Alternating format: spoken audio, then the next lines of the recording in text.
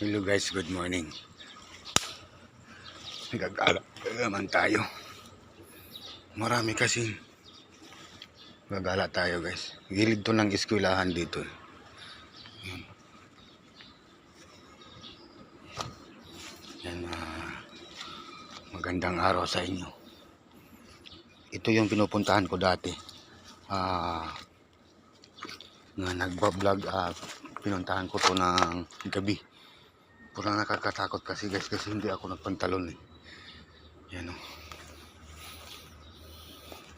Kahit araw nakakatakot. Nakakapaka sobrang creepy guys yan. Yan. Nakakatakot guys eh. Di bali lang nakakatakot kayo. Baka sugurin tayo ng ano. Lumapa na yung bahay.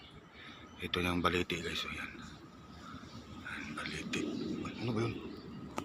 Parang may tumatakbo.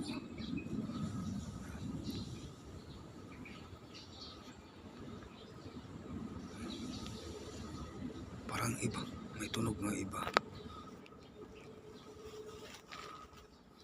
Yan, magandang araw sa inyong lahat.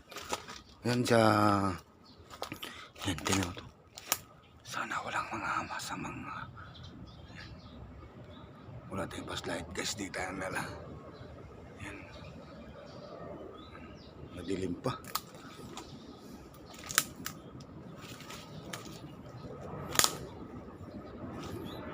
Explore natin to. Ano no, oras natin ngayon guys? Is madilim, gabi pa. Ano? Gabi pa. Yan. Okay. Hindi pa niyo makita yung ilalim kasi.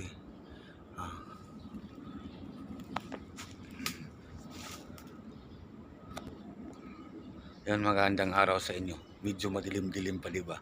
At umikot na tayo dito sa paligid natin. Kasi pinupuntahan ko to dati, gabi. Minsan pumupunta ako dito alas 12 ng gabi. Yan, nakita mo yung baliti.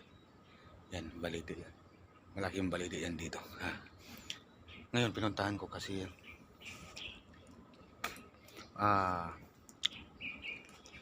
matagal na tayo hindi nakapunta. Tayo mo yung paligid.